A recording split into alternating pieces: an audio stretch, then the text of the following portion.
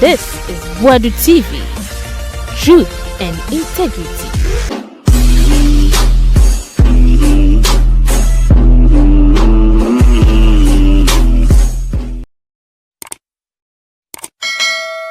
I was high Boadu TV. I'm going to come from Brasona. If I saw why your first time, no subscribe. You and like, you comment to na yen share. Na yen tinsi mo TVS YZ. Listowel Nana Poku. Listowel Nana Poku chirese. Galamse na yi tuasen. Ase amanfo bi atwe omanwe fuso. Maya wadwe nsenya dia galamse no mbeti asama yi tuase. Uye no sinchen ya. Nyame adoma September 2 anase 2nd September akotia by election ebekoso na Ghana Police Service say wa wonim na baba ho abegim bia ombechew omo no de besie ni boot for boot wa wonim na de arms baba ho bia o mai ready so, a police form so mo do mabegu akotia no na be raise concern bi say adent na yenche omo ablekumafo no nwie echi omu wi ansa na akotia na wonchi ablekumafo nwie ya osi akotia bibia beboko etina na bi NPP for ne chese mo do mo ba mabom an sa NDC for pass nwie amuda sunjwe mo pass nwie so de na de besi ba de Listowel Nana Poku wo mo fire na mo to ye wo TVS YZ ade bi koso wo aboso na bompia so o say ye hwe ne ye His Excellency John Dramani Mahama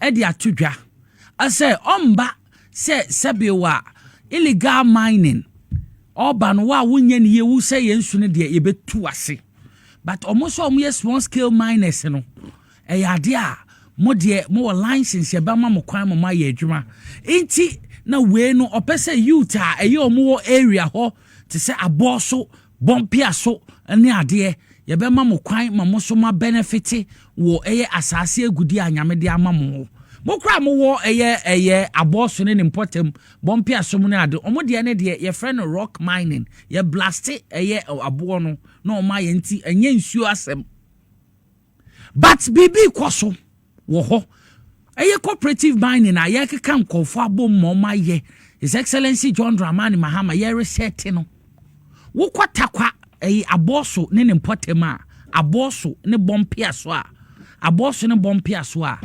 NPP fo bi enam se concessions e wo ho ye omodia e ho na rock mine no nyensu die bi eye aboso ene eye bompia so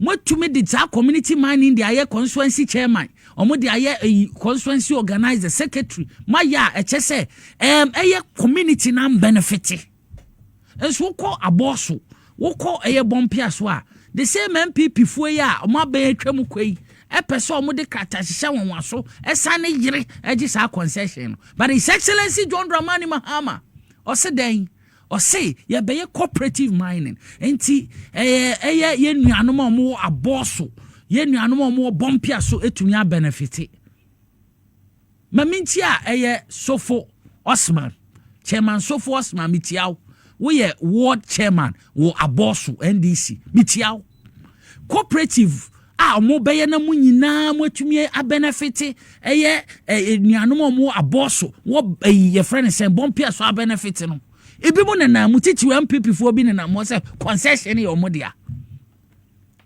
ayede na ye omodia ye di be ye cooperative mining ma mu nyina mo di bi edi ye man kwahye nipa ba akobotom say community mining na mo ye ya chairman edi so ye wi secretary yansa na ye friend say constituency organizer na mo achedi na san say ye nsuo no ho kra de ma ade a ni so na ye ni je kra ne say ho na ye rock mining no mo ye nti eye dynamite de hyebo no ma ya pai na o ma adwo enya de esensuo nti ta ma ekoso obompia so ekoso aboso no munhwe ne yie eye chairman Sofo Osman munfa mo nan ensi fo mo ho se MPP fo ne mo ye ho se concession enye obi adea ye de be cooperative mining ma o mining nyina aboso mine bompia so mine mu nyina ma benefit sa na ye hwehwe for me good na anya me di hira ye no sa na tie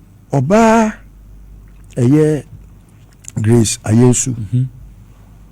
Ono osi oye Professor Dr. Medicine. Tio. Ena the professorial way now ye ka ho asem no. Institution no waka osi uta. Is that not? What Trinity, yes. Obi e Ghana has see ya. Ono no wafa to ne ho so ye doctor. Ebi so mu ye professors, ebi mso mu ye say wo kasa bi a on kire sukuu kura okọ ya onya asa title no ana say ade kire okọ kire ya onya asa title na unti minka. Minim NPP fo bebre a ebi kura mpo a mekan otu sin. Enso oye doctor ni. Napo for example oyobi a ni dia wo fom papa Frankie. Se me uja na po ma me se ongo mpane a minim se me ko fie mi ko wu. Because adwini wait me be doctor dia na che se de papa Sa. hwe obi ti se ba omia oye doctor o wo PhD na ni PhD na ekura no eno na di economy no dollar ni free 4 cedis ko do 17 cedis eso ye dan oye doctor ena obi so ti se former agric minister ba for Kotoba nyansani pa wabu bawe emihu bida Bodira ba for Koto nyansani pa o na hwe ne ba Bodira nso nkan okoto ho anu ma o Bodira asem na ye kan okra doctorate PhD suku kro na PhD no mbepim na minim se onima adutu da bia me ka na maka kwa kosi NPP lawyer for hwe wo de hwe obi a o se NPP lawyer bia wo de hwe ni nipa su ni nipa ban na ma bobo list no gari ni ma ko ye lawyer hwe akoya na se na fuka pu ya ai onu ntimi ni preku ni enwra techemu ai nana bi ya na se oni na Asefa ai Vincent we lawyer lawyer so you see Kofi Asante be dey a lawyer Gabi, your lawyer. These are people who have no acumen, no legal acumen. na Commonwealth Association lawyers. Yes. Your lawyer ni. Akufo-Addo, your lawyer. But without certificate. What I say?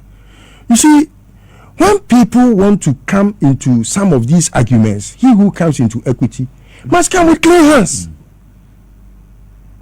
What must I say? Nipa no. Afraid I will close what your letter ako.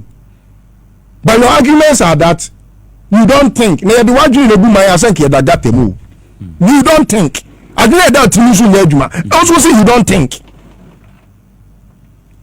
And you know sometimes na a jama reho on because I say a direction I say yakwe say aboa woni tini for sa sunsun na okwa na mitiko pindan a no osade ne to starting ante no oseko kopum so obenya tena bia papa bi a ebi eho ya techemu a obetena sa na o ma we duru ba bia na aye etini de me mahwe Professor Yusu ni CV and oye me personal friend ntino oye bi a lot of the times no bibi kire ma adwia me busa no me no efi say me sha say me ni empanifo titru ema a omu abobew wo nindiemu e sha say edi nkomo no I think say she is the finest so far ono ni obi a me arguments are or the babontin no e very cogent and succinct entino sebi ebi a woni bi ofie na wo pribia bonyame mpaye no ma obi because I don't think Ghana has her kind Professor Yesu obi no Ghana how it is no o say me tie arguments be na NDC for no I think said they have a problem with marketing and branding no from where I sit we a marketer yes now branding there who here pa and until NPP timi to be ma Ghana photo because they believe in branding they can just go for the timi member penny e ma ba oni ama flag bearer what the DNA na ba flag bearer no anyway so anyway but they brand to the point say I didn't let to be a bomb but you have to buy it because also the kobon kwan mu a ebe man kwan na wehwam ade na obon no aniti and I see NBC for they should take branding seriously because mu dia mu wa azoye but because more joint modern say at the corner say your boo baby say at the paneton ho enti no sabi ahwene pankasa enti makama no atum ana obi so de ahwene a eye malakas eye dede kenken kwa bahwini because CV is a man who NBC mu no ebi ni NPP mu CV a me Nana Poku. In fact, there will be Jim Crampa Yanka, Obi to say Professor Jim Nana Poku Ajiman. Who is like her in Ghana or in Africa? Tell me one. Tell me one woman. Well, yeah, as brainy and intelligent, that intelligentsia, where is her kind in Ghana?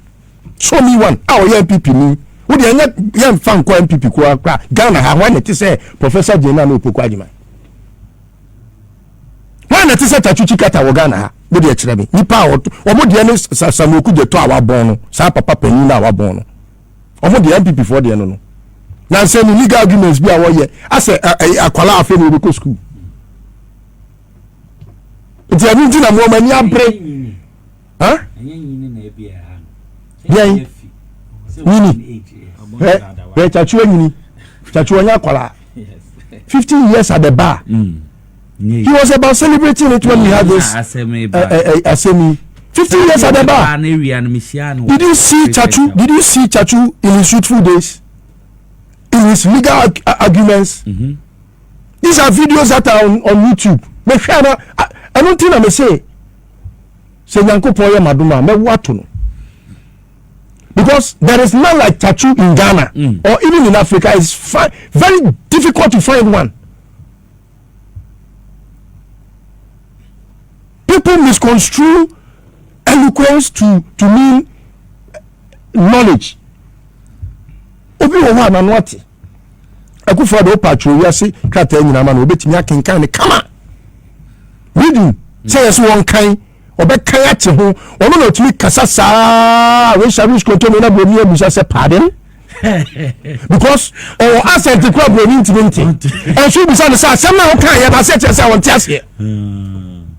Enti na Bible can say in all thy getting get what understanding entiasie eno na enyansa ni mundie put together to make sense obi betimi aka bibia okutu na ni obe kan bofu bi obetimi aka but bofu na wo kan kura busa nsa chechese awonima de kro Ekufuado eni ba womia sukuu na wo kono wo ye doctor meboa enya economy hitu no ko nai enso economy ni baby of fire no na 4 odikodu san 17 eko 18 etisa paremfo a modi akoma ginapo bi ya onu tini baby a onu soso o hu kotoko fa kura nsem se adaya maame Grace Ayesu na wo sa o professor ya doctor ya wo Dr. Ginapo mfensa ameginapo enyesa wo oba bi se bi wo fie nka wo bebo sei to no so ma first year hwe ni doctor ni doctorate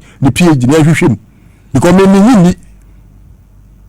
ni say wo ko school ye hwe no we are obia na oye doctor wo NPP ni bia ni oye ayi bia no ye hwe omo nkrata semu asane etimi agi atum hwe in 2016 don't tell me Bible until because Ekufuado me sure say wanya law biada I was so cocksure say uko law school next you say what's your highest qualification you don't go and write BSc economics because you BSc economics will gone after which you went to law school nebwa and you go control law school there that's your highest qualification I don't know what come easy nebwa Ekufuado the highest qualification or chokoma easy no BSc economics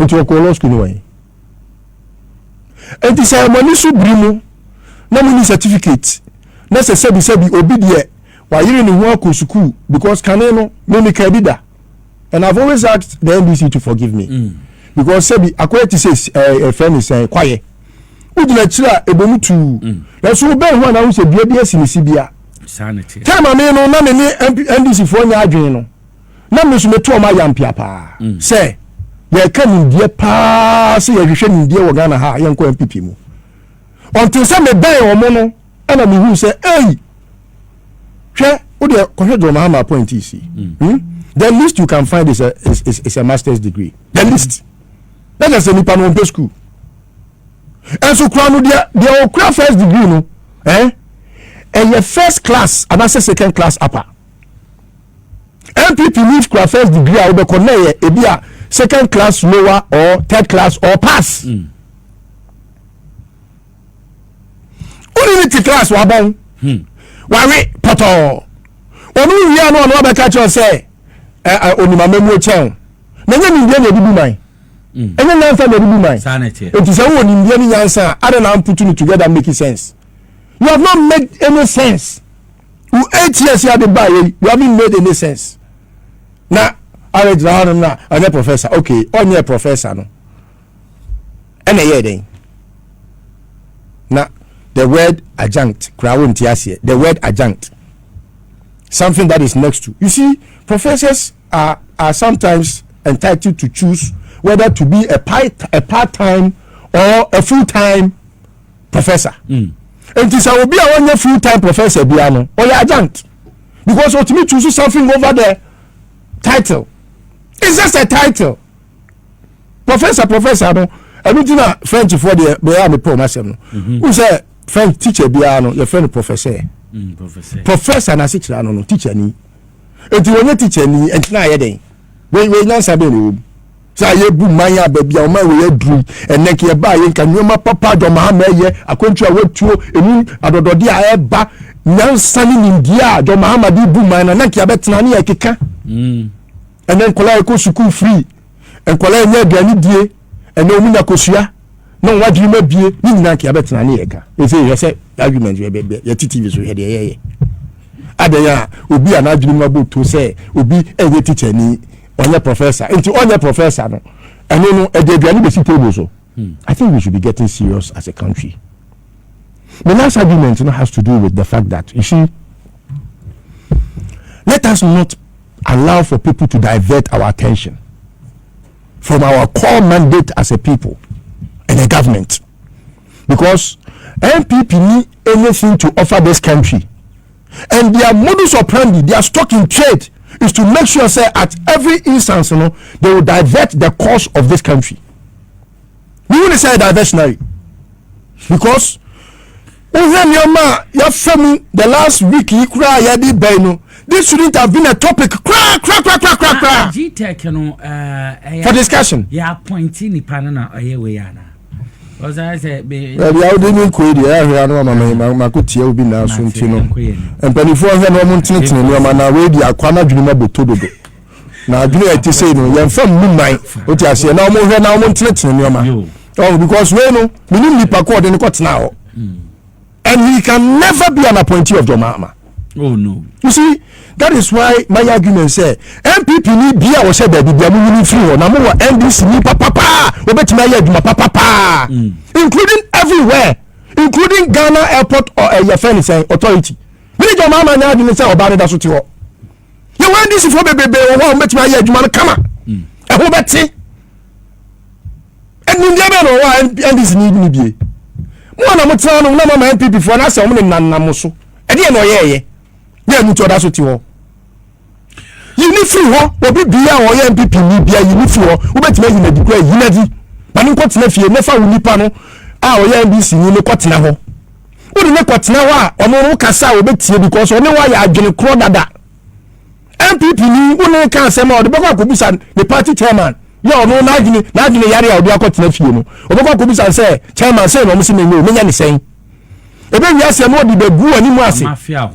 Politics near ye NPP ni onye ni papa na ko papa ko ye obua memo papa magana fo nya so mfaso amemo tante ya koso mfie nwatwe atwamu e che NPP fo adwene do mutim e ya adwene ye ponko abodam adwene osoro so obodam a obubu nyegu e che da na wo ba ya NPP ni oda so ti ni post yomadi pema bi fo mo kobu tumu na tumu empty tumu empty baby bebre ya empty from ko no mo ko tena no mo ko yiro mo ko ye adwuma wo ho na fa NDC for no tena ha baby papa no mo yiro mo nya adwuma ma amemo no nya krabehwe etibidi tu ye nyina yefo wutu okrafo no na wutu momone sofo se onsusu mawo na obondo do a na otufa okra hwunim na okra kofa no ewe eti yesra omo se amemu papa no NPP ni amemu papa bia edema enti wo mo a mo sese ho deputy positions ne wa ni nyina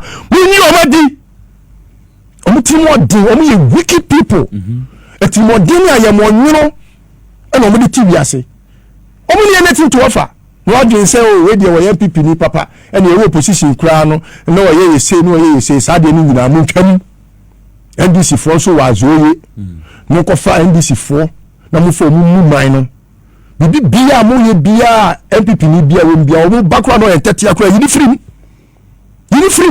odi shi to offer o bibi to offer ko an opposition to yini frim fa wo de ani bra NDC so ko opposition na NPP for ba who say NDC aba NPP aba sisa aba no kukuru kaka na free ho eme me pamo 4 years na de ba ye no ye de magana for the ma John Mahama say woni ni NDC for mebu oman wa fa mo anfa ma ne say brother be ye friend is o ba ko friend is yakofu be free all inclusive and when I say you NDC ni aba NDC ni ewo ni de onyansa ntina mo ya like minded people am form group no the group no mo wani di feel efo so see Grace Ayosu ya ebo ni din obi ente so no ewo Ghana ha mi hu bi da mi hu oba bia o te say Nana Poku agiman mi hu oba bia o te say Nana Oye mi hu oba bia o te say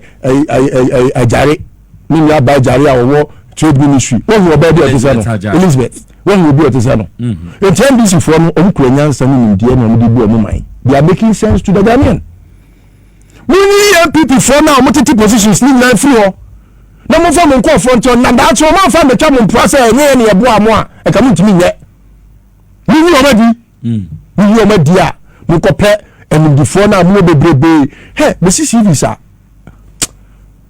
we CCV ni bia on orebe ho imbe show na your friend is saying cyber deputy back we NPP ni what we yen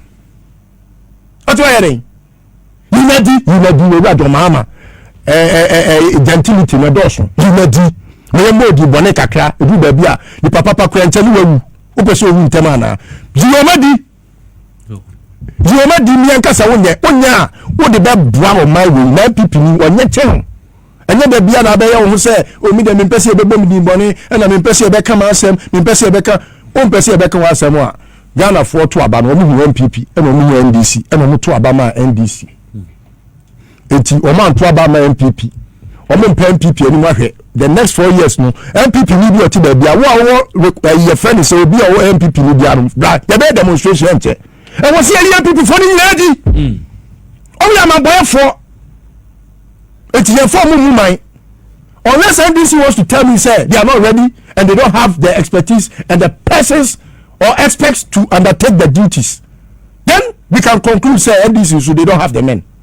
But I don't understand why you have the men, but you still want to believe, say you can still engage some other men from elsewhere. No, then it means you are not ready. But I can see that NDC was ready from opposition. Hence my decision to today put it out that enough has been enough since time immemorial. And I think, say, the earliest they decide to kick all NPP members from positions of especially decision-taking positions, the better for the NDC government. Mera se Listowel Nana Poku na yetene kama mko so Kasim Gitex nse bi yenti oso take answer na meko Gitex no me say mbema once again mbema Ghana for nyina yakọ ewo owu ana atorin chem boni bia ebesi so na hawa se bi Ghana for nyina ya baako aboa ama ya ye yie no e wa asumdwe mu e wo ekroye mu yes at a point I didn't buy no some NPP people mbonsam as we know them they are evil people sebi nipa ewu na ewu bi ti say na obi edi eye ne de obi di call for more obi kase anka we na anka mention abra wan kasa no you don't even know how you are also going to end yeah but Nyankopon hu omobo na omomo wu ni nyina nso Nyankopon fa omokra ensie yie ye be mbeda aban President John Dramani Mahama na ne vice president Professor Nana Jane. In fact maame no o maame hu sampa asantifo wo yi some we be proverb you say owo basa na maame penyo wo fie no nsu. Yes. In fact, the woman really exhibits sa character throughout a year. Yes, Otimi. Good. She was able to carry herself very, very well, and I was so happy. Now, and sometimes me TV Nation make say obi a yesi we would that onu bom na wa ba obi ye. So you understand how the world is. Ntino you better stand up for that wonderful art and expertise or done the last Friday. So in fact, I was so happy. Say yes. In fact, these are the kind of things at least I can. We have the people, every sector, every corner, in everything. Listowel Nana. We have them. Yeah, we have them.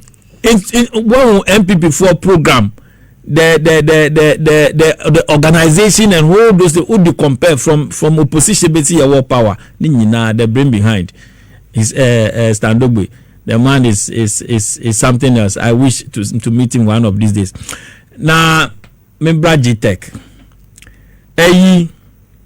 Me problem in say, okay, on your professor, and so what?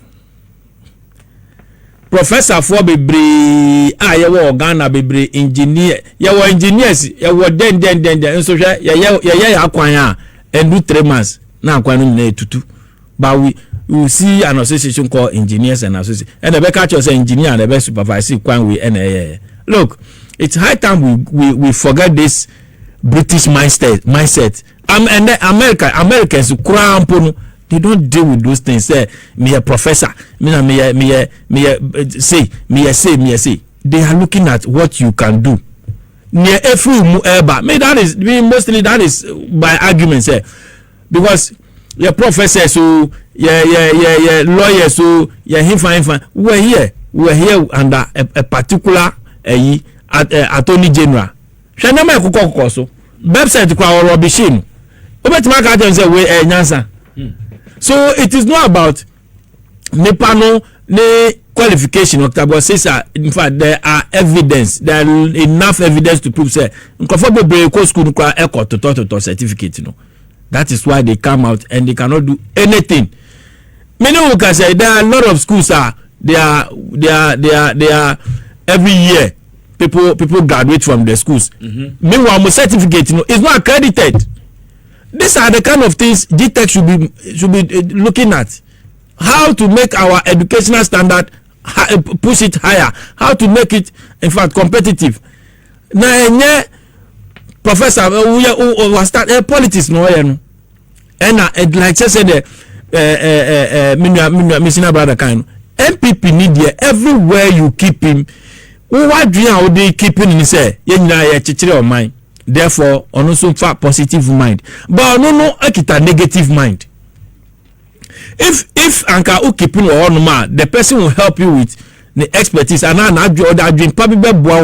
have no problem. We are all Ghanaians, but these are the people who always want you to fail. These are people who are always doing anything to make you fail. So why do you want to entertain such people? Look, Ghana for 4 years.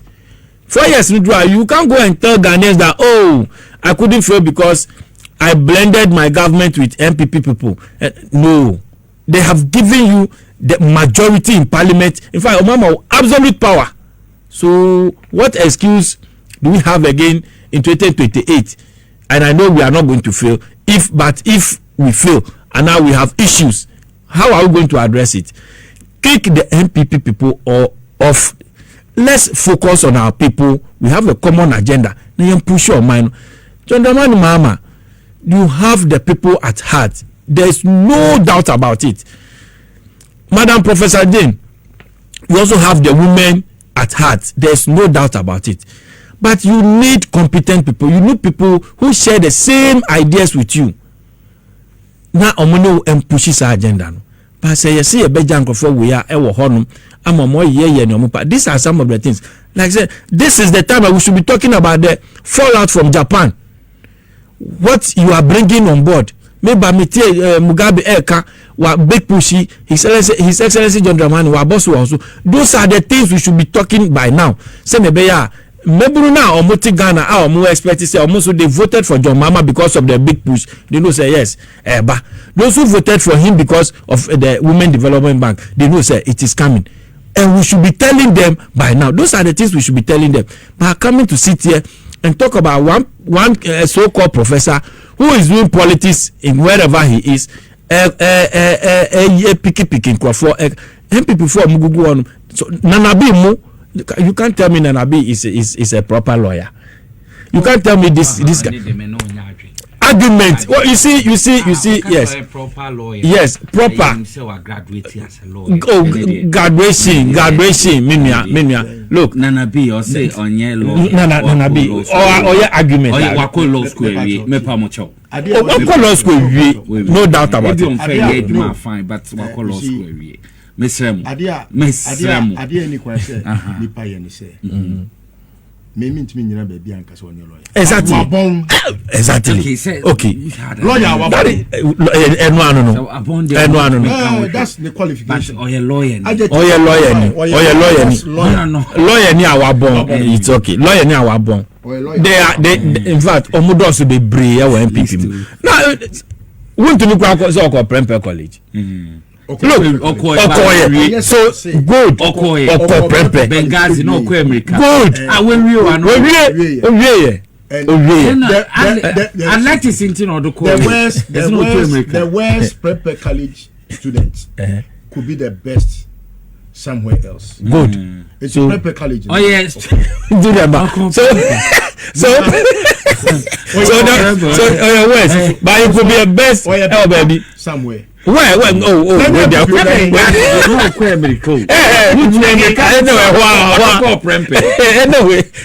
me did say yes. Those days, no. Oh yes, sports are. No matter you never found say obra. And you know there you only come to lectures. And I papa your hinti. Your money protocol. And to many name. Yes, I'm in the end of the call. Enti only name MPP are not the beko. MPP are not the beko because we NDC onya branch executive member for our NDC. Okay. With this. So finti na ma hinkan we size 7. Okay. So mesre the NDC government. We are 8 months in power. And every indicator HSA we are on course. Ghanaians are happy with us. About 75% of Ghanaians say the country is moving in the right direction. Let us by the end of the year, meaning say by the end of the year, a lot of the good promises and the good things that we promise by all means by the end of the year, most of them will see them coming up. I know. Say by December, the next post that will come, about 85 to 90% will say yes, we are. In fact, we are soaked in the NDC, and that is what we are all wishing for. So say, oh baby, let's say some small position here. We beg everybody. Let us have the people of Ghana, and let us reflect. We say mitiwana, mi coefficient aboko ye bibi. Mami there the day His Excellency John Dramani coefficient abo. Mami no James Grady ni try picture. This woman was sitting there. And I will be sad to say, "Inti mami we areshemu a odi share JMU on that day. Now Ochi Fisher Bonina fire no. What is her expectations? These are the people any appointee should be thinking about. Say, mami no take on no woman appointment onti mi nyamfe. Enye school no person oko, enye abrechi no person oko. Send and she say ya odi beba eba affect mu. as baby otia auto injuman auto odin idwan. Those are the things we should be thinking about. People who will come to Akwetia armed to come and cause trouble, they should see it that police, we are ready for them. Thank you.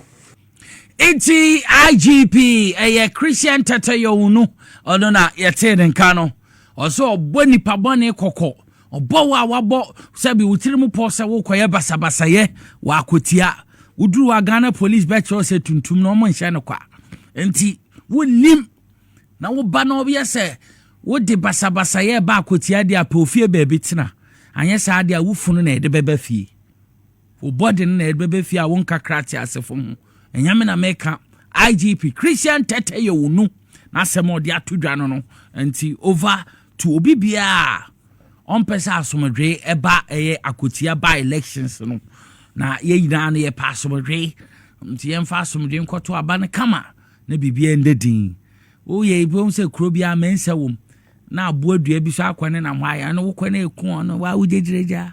It's over to you. Enti ye to dwumadi ne so a make us say the Electoral Commission led by Mrs. Jane Mensah. Mrs. Jane Mensah, chairperson at the Electoral Commission, release a press statement. Efano Tamale Central by elections. I say ebe kosono. Na metene se Tamale Central by elections. Ebe kosono. Electoral Commission ama yatiasie. I say the unfortunate death. The member of Parliament the Tamale Central constituency, Honorable Mutala Muhammad Ibrahim. Okosha na kwanshi wo 6th August no adia oba in accordance of the article 1125 no constitution no aya amend na chess electoral commission say nipa ni film also hold by elections wo constituency wanting am ya adoma data omode aba 30th September 2025 Tuesday na adia electoral commission for ombehwe na yato abana na ma abane say says the commission say ombe receive nomination forms omde beba for candidates ahruni na no ombe receive 3 days no omde esi ho 8th 9th and 10th of September na sa nomination for betumi akwaja ayo de kama ano no bekoso Tamale Metropolitan Office ho enti 8th 9th 10th September 2025 time no muntie ni time no anapa 9 am kasi 12 pm area umbeko break 12 no na after break no umbeba 2 pm kasi 5 pm we 3 days no mudi si ho 8 to 10th no time a obetumi ewura ho omo timopo anaso omaye omadwen so mpese omukọ na omukọ jebi no candidate mbotumi akọ anase nomination forms no betumi download Electoral Commission on website www.yec.gov.gh mamisi subium www.yec.gov.gh and here from sa time queen na enrai ekwa akwesi tent no wobetumi akọ na waye ne sa na candidate ahruni na so betumi aba ebedi dwuma ma aye kama normal film nomination form waye ne kama uri a wa return e de akọ Tamale Metropolitan Office wo Electoral Commission office wo na de akọ pepepe na omotumi aye ne sa e de amamo na bibia dedin na ma etini enti yese candidate no wo so beti nomination forms no would be kwa imom wo ye bema no 10,000 Ghana cedis muntie ni mmema no 10,000 Ghana cedis ne per candidate so na female ene persons with disability enuanom a osabi omedidam no omosika omosubetua for nomination no 7,500 Ghana cedis 7,500 Ghana cedis enti mmema ne de bema wundi dam na mepacho uhusisi uhuso ne de yetua 10,000 Ghana cedis na emma any persons with disability no omotua 7,500 Ghana cedis na no what the account form no kama na what the call press release here by Mrs. Jane Mensah ono no chairperson de electoral commission na nensa ehye ase anti de eteno no eno na eda TV no so na wo hwe no na make say galamsey fight ya na yeguso a ye ka ho asem gold board e ba ya ama Ghana sesia eye sika yetu ha eye gold no sika kokko no a yetu oman mu sesia ye huso na ebo ma yesika na enimu engwase biom de gina no gold board no to me at the tribunal ba na tribunal official omo inaugurate wo Ministry of Finance hwa sa tribunal course no Minister Dr. Ato Forson or swain tribunal chairperson on the members omo 3 member gold board tribunal border ya mandate to omo so omo hwe licenses sem ne decisions bi ano so ebeko so o gold board dwumadia omu de ho mepa se ebeko na equity finance minister Dr. Kessel Ato Forson ne se mo de tudwa yenkati emra here to swear in the members of the Gold Board Tribunal. So it's going to be a 3-member tribunal. So if you can please rise up for swearing in. Please, you say after me your name, and if you are a member, you say a member. If you happen to be the chair, then you say the chairperson. I do in the name of the Almighty God swear. Do in the name of the Almighty God solemnly affirm that I will at all times well and truly serve the Republic of Ghana in the office of chairperson of the Ghana Gold Board Tribunal, and that I will uphold, preserve, protect and defend the Constitution of the Republic of Ghana as by law established. So help me God. Thank you. So we take the next one, the oath of secrecy. I holding the office of chairperson of the Ghana Gold Board Tribunal, do in the name of the Almighty God swear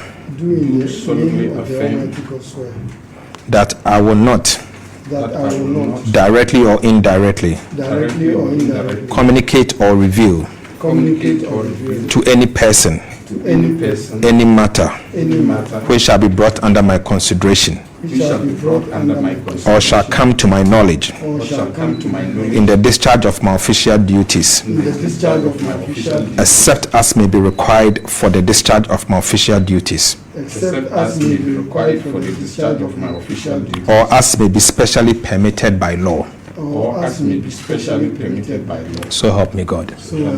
Congratulations. Under the Act 1140, the minister shall also have to appoint a registrar to manage the administrative affairs of the tribunal and other staff necessary for the functions of the tribunal.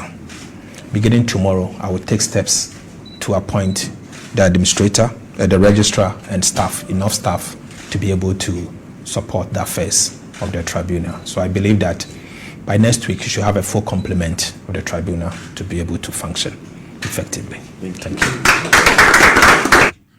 Enti Kessel Atoba Forson Doctor Minister in charge of Finance on an 18 in Kano Ura Sami Jane Fiso CEO Edema Gold Board so on also not 23-member tribunal.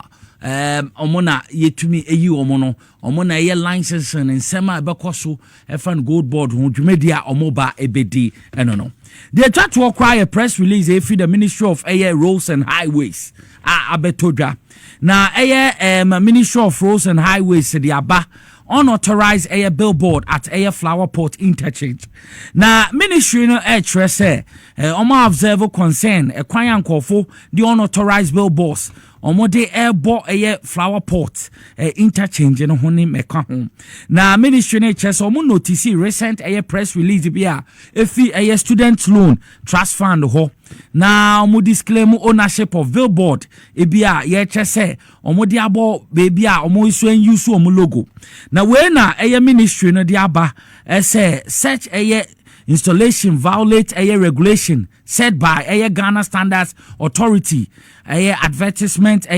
specification for outdoor signs, GS 847 2019 section 5 as well as section 11 and 15 act 540 any act 188 of the road traffic regulation 2012 li 2180 enti omo achese press release by no omo person omo kache titiru Lojokuku Municipal Assembly omo na make say flower pot no interchange no omo pay mu ho Lojokuku Municipal Assembly se omo ne Department of Urban Roads and Kambominya Juma na immediately omunye yi sa unauthorized billboards bobo areas sabiwa enya dia ya mo kwan oma na oma fa kwan bi so na omudi ekosisi anya hope ananya flower pot pe regional any agencies ahuru ni na no omo permit ahuru omo jeje e for advertisement ho nsem no